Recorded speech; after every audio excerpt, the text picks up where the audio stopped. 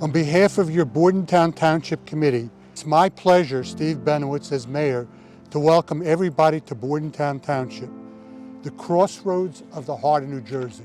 I have been on the Township Committee since the beginning of this project, all the way back 2015, and had the experience of seeing the growth of residential development that we all are very proud of. This is a first-class residential development that will serve our community well in the coming years. Allowance for inclusionary development will provide much-needed affordable housing to 40 new families, which the committee and I are extremely pleased about. On behalf of the Township Committee and our entire township, I want to congratulate David Gardner and Larken Associates on this project and welcome you to Bordentown Township, the crossroads of the heart of New Jersey. Thank you.